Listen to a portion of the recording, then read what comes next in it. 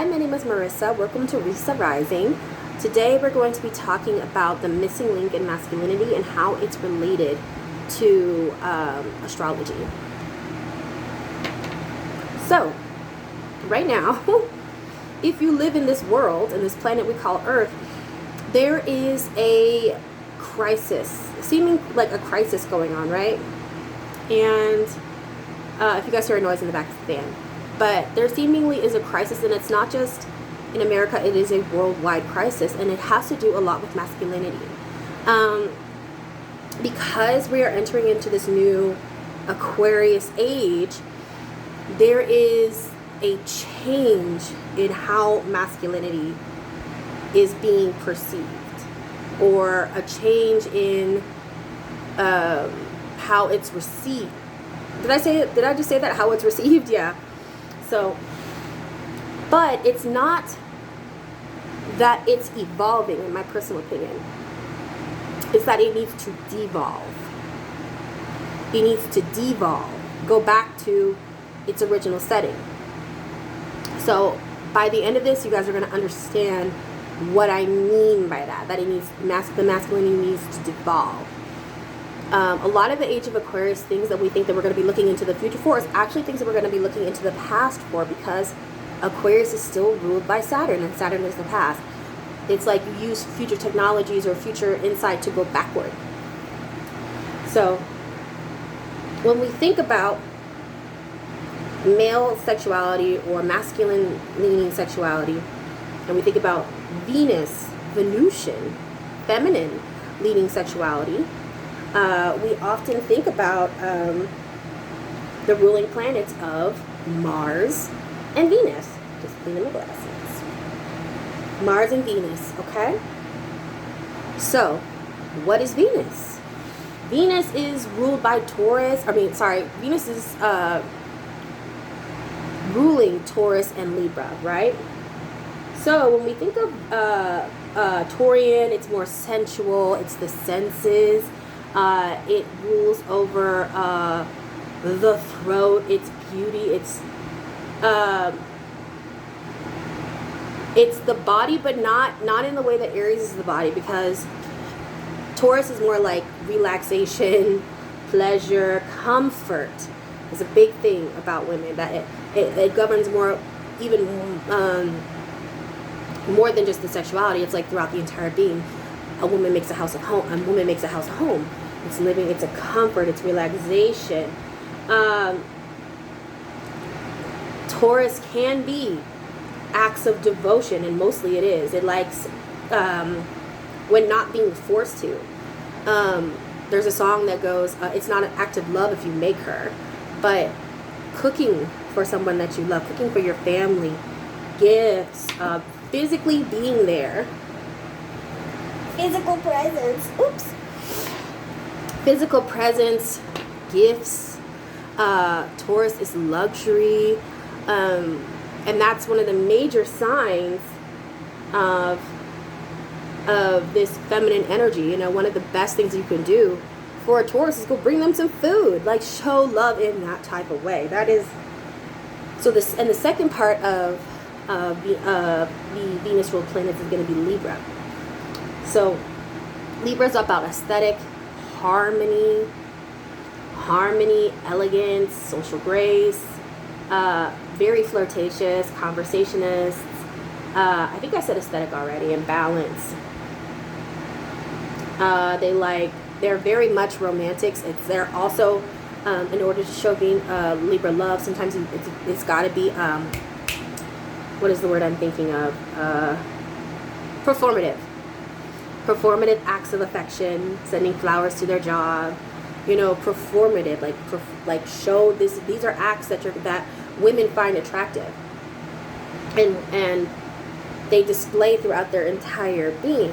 The reason I started thinking about this is because I was thinking about how. Well, no, we'll stick to this for now.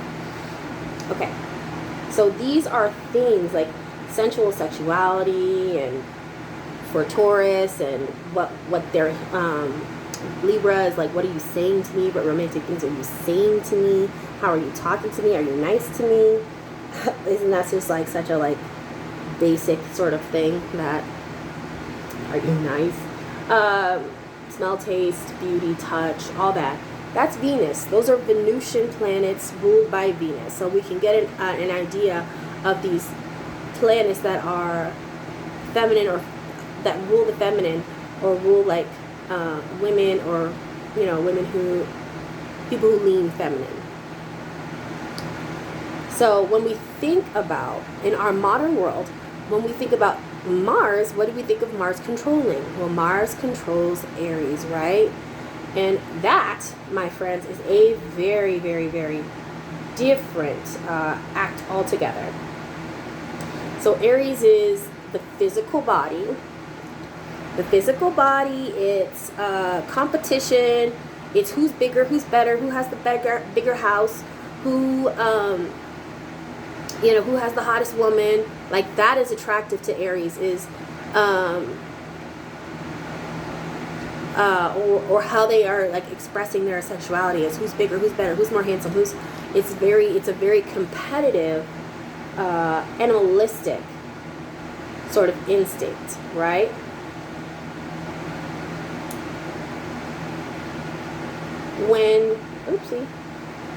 Sorry, I have my notes up here.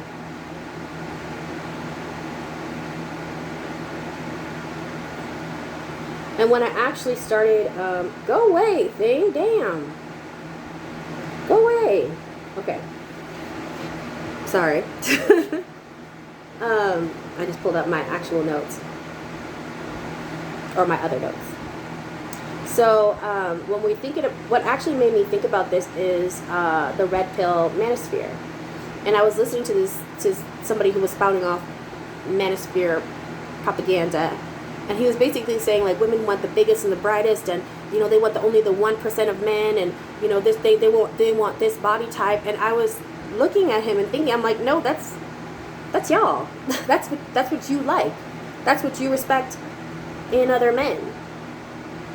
Like that. Yeah, you're putting it on us about how women only like 1% of men, but that's what y'all like. Y'all want the prettiest girl, the hottest girl. You want to be able to show her off to your friends. That's not how women operate. That's never been how women operated. So when I heard that, it was, extremely confusing to me. And then I realized that there is a missing link. There's a missing link. The reason why I say that masculinity has to go backward in order to go forward is because there's been a missing element for over 4,000 years throughout the age of Aries and throughout the age of Pisces. And that element has been Scorpio. Scorpio is also ruled in the old ruling. It's ruled by Mars. That is what has been missing. That is the opposite of Taurus. That is the devotional planet. So Libra's had its opposite, but Taurus has not, and that's why women. It's like there's a feeling of this like unfulfillment, right? And I see, like, I was watching some of these men who are actually, and I think that there's confusion in themselves as well, like, what are we missing? And it leads them to pull at these Venusian qualities, right? Venusian, I want a woman to come up and talk to me and take me out. That is very Venusian. That is not Mars.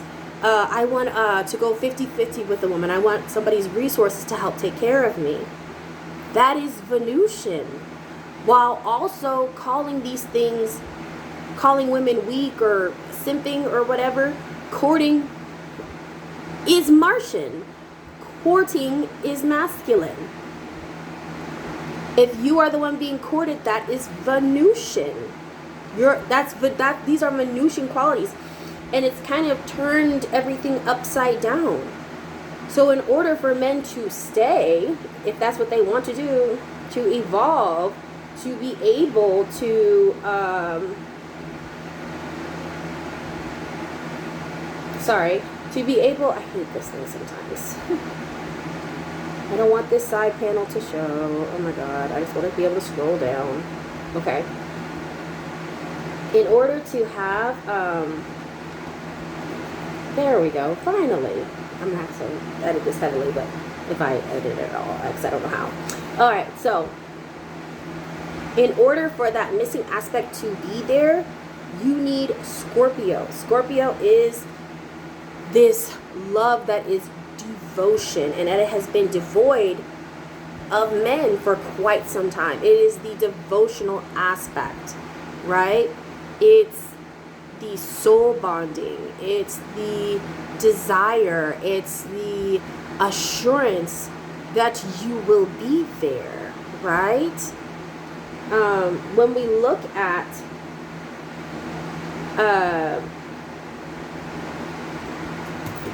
in the age of Pisces, because I know you guys are going to say, like, okay, like, how has Scorpio been missing? So in the age of Aries doesn't like to share power. It doesn't. It wants to be the leader at all times, even if it's not equipped to be the leader. So this, and even though it's a dual sign, like, you know, that's its, Scorpio is its co-pilot, it was pushed down during the age of Aries because Aries is a powerful sign. So it was like more of a suppressed energy, because when Aries builds, it's an energy that's meant, it's soldier, it's the soldier energy, right? It's going in and taking over and conquer this and, you know, push past this and build empires. But what Aries builds doesn't last. It doesn't last. That's why we see a lot of these empires crumbling after like 250 years, right? So these empires were crumbling into, because with the absence of Scorpio, because Scorpio makes things that last. It's not in it for the gain or the glory. It's in there to make and build things that last, and it needs to know that you love, or they love to death. It's literally death and rebirth, and this death and I love you to death. I love you to death. I love you to death. Not saying that men, well, I mean, there's already femicide, but it's like a genuine love. Not, I'll kill you if I can't have you.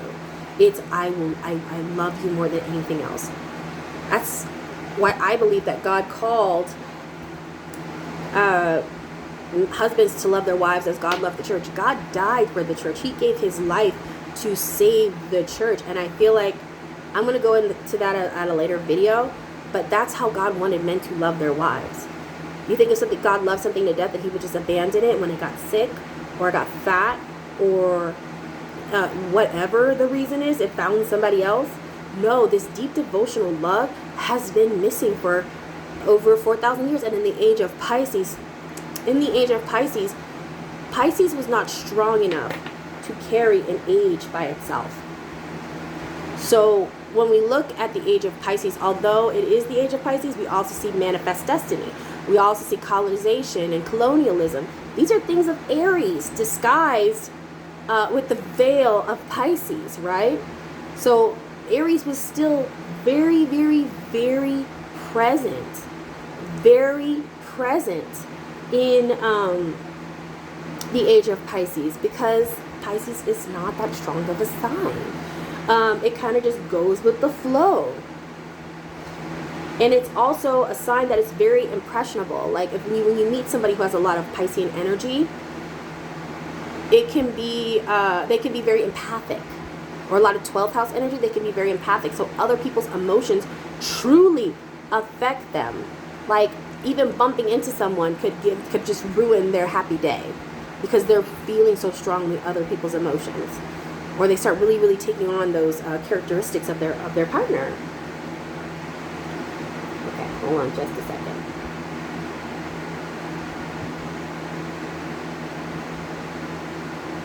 So the missing, hold on, let me go back to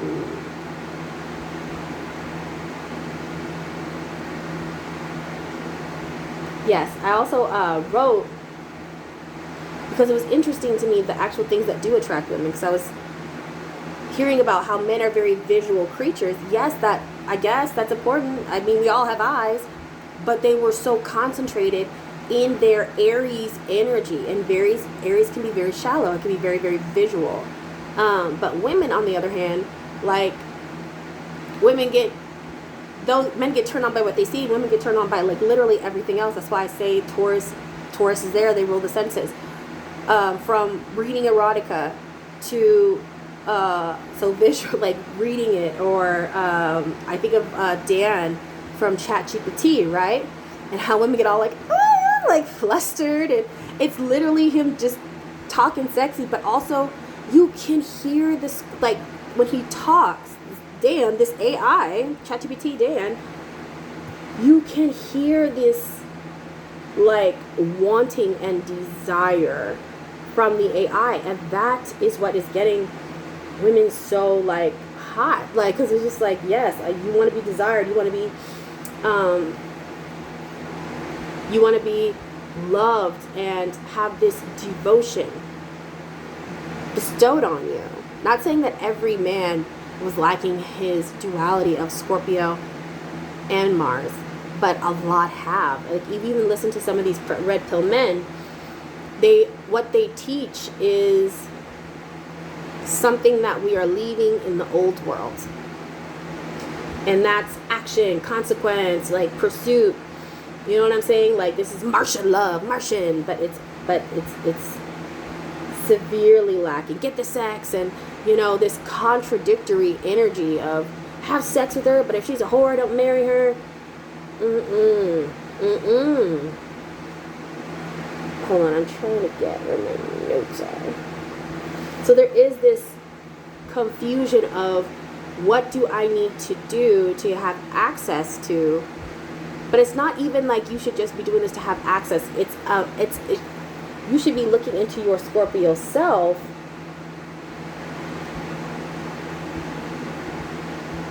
to advance yourself as a person. This energy of, let me see, hold on. So this energy that has been unmet in women when it comes to their Taurian side, because the Libra is there, the Aries is there, but there's that Taurus side where women seek. So when you think of relationships between Taurus and Scorpio, that's one of the longest relationships that we have in those sister signs. One of the most fulfilling. Taurus is there for the long haul. And that's been very, very present in women. Women take care of their husbands, they take care of their families to the detriment of themselves. Not saying that is a good thing, but that is very on brand for us. They take care of their husbands and their partners, which is why men have been so happy for such a long time having wives, but downplay their importance at the same time. So you can't have it both ways. And by now I hope that y'all are listening to statistical data when it comes, not men, because they have been downplaying the importance of women, which is very strange to me, because your lives are substantially better when a woman is present in them. You're happier, you're healthier, you're living longer, to the detriment of herself because she's not being met fully. Women cultivate, women beautify what they touch. They take anything and make it greater than it is. But in order for men to evolve, they have to devolve. And in the age of Aquarius, that Scorpio side must be present. A man needs to know they need to love their partner so much that they would sacrifice for them. That's an enormous thing. Men are, because of that Aries energy, inherently selfish. Because it's like, what no matter what the question is, it's what's in it for me. Watching my children, what's in it for me? Cooking for my family, what's in it for me? Why would I want to get married? What's in it for me? And we're seeing what's in it for you. Like, we already know, like, stop, like, some of us, it really is men trying to play games, which is also very much Aries. But it's backfiring on you. So, because I truly believe you really don't know that this part is missing. This patience, this... Even when we look at some statistics, it is said that men have to love their woman more than the woman loves the man in order for the relationship to work. And that's so true, because Scorpio nature is obsessive. Obsessive, not crazy like I can be, but I mean romantically. If you've been with a Scorpio person, you know, like, their love is encompassing. They love every piece of you. It's a love that you get out of, and it's like you will seek that out, or, you know, it will truly hurt because you don't have it anymore. It's like extraordinarily hard to get over somebody who has loved you in a scorpionic way, where it's literally all encompassing. It's so bonding. And this love from men for women to feel secure has been absent. And right now, the modern form of masculinity is crumbling. It is, but it's crumbling to be rebuilt. Rebuilt with this transformational energy. Truly the love of Christ, right? And in his purest form, what was meant to be love. When we think about Pisces, yes, Pisces is spirituality, but Pisces put a veil on what some of these spirituality, what these religions are actually asking you to do.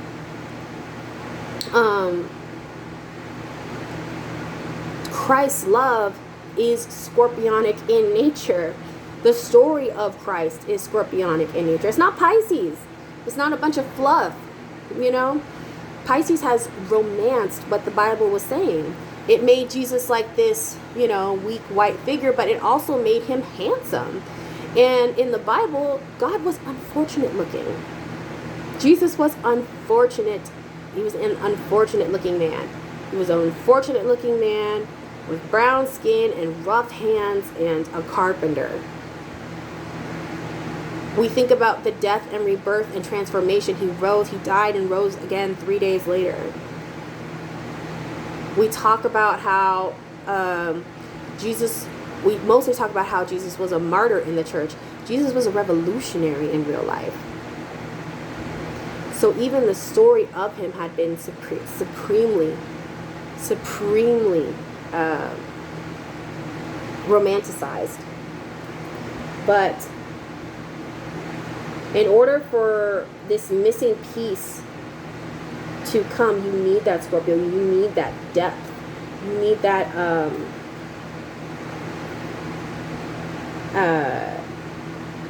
deepness. Aries energy is ultra shallow. You need more. Let me see.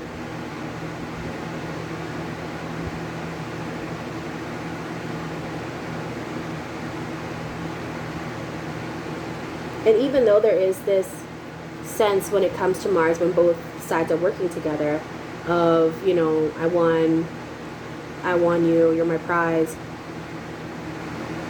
There is also this feeling when it comes to Scorpio of like, you are theirs. In a good way. Like, I think a lot of us, while we are establishing our bodily autonomy and letting it know that we don't belong to anyone. However, I believe that with a romantic partner, if they say you are mine, but I am yours as well. Because that's when you enter marriage, you're entering a transformational phase. But men have decided not to transition. They still want to be themselves. They still want to, you know, be doing things that are like a little boy. When men are young, that Martian energy makes a lot of sense. It's the selfishness, right? And that makes sense when you are by yourself. It doesn't make sense when you have a family or,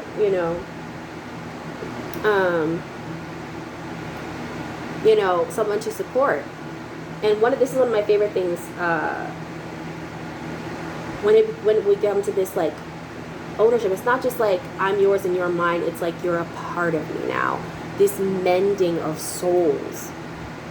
this mending of soul. Oh, it's so pretty, the thought of it. Like, as a Scorpio person, it's like you're a part of me now. There's this depth, this obsessiveness with your partner, and it goes into I will go through death to keep this bond alive. I'm bound to you spiritually. Yes, in the name of, like, that's of Christ. Bound to you spiritually, emotionally, sexually. You submit to your husband, but your husband submits to you. And I want it to be very clear, God called man to love his wife. He did not call women to do the same thing. He called them to respect their husbands, because they knew that in time, when women feel secure, when they're able to rest in this femininity, when they're able to relax, and it's a love that grows from there. But men have to love their wives from the get-go. That right there. That's what it is.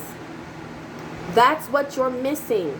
That is a deep masculine energy that women are craving from you, that you are not giving.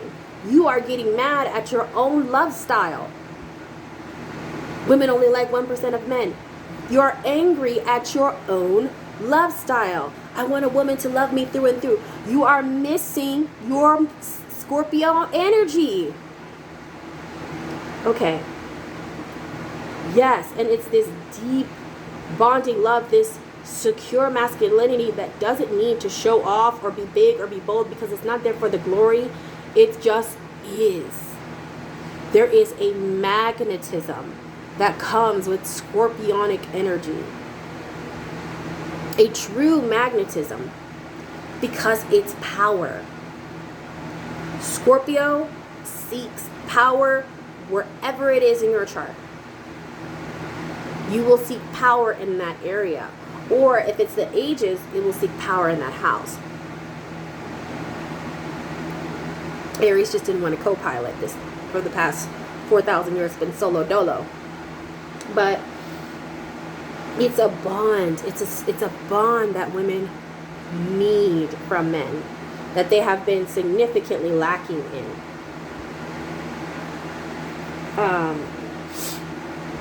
It's that devotion. But that Scorpio is power. So don't just think that, oh, I'm giving into my feminine. No. No.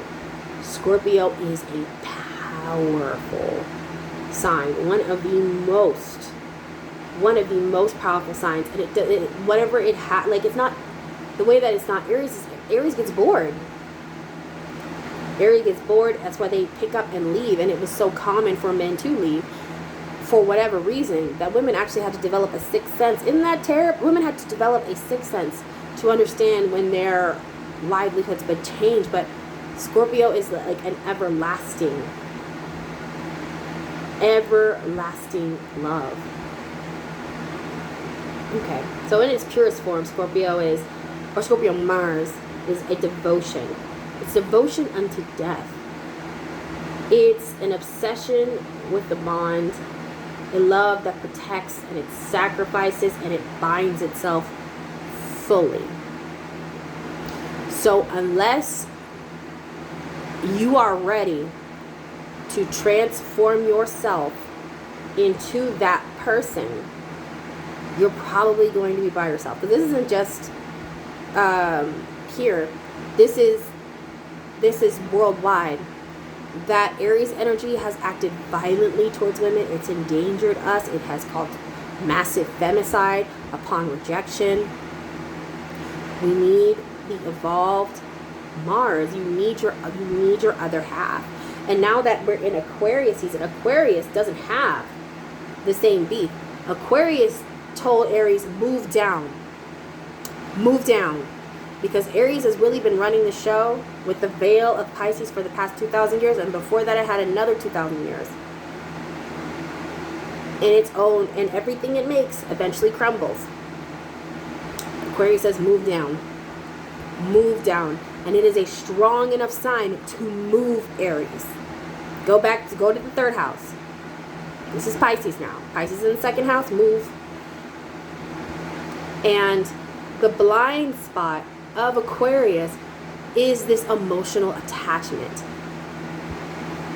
It's this emotional attachment that Aquarius lacks and therefore needs Scorpio. And that's why we're seeing this energy, even though people don't understand what it is, and they don't understand what they're looking for, and they don't understand that it isn't, that yes, it's about bodily autonomy and women separating themselves now from men because they don't need them to survive, and they actually add more stress and heartache than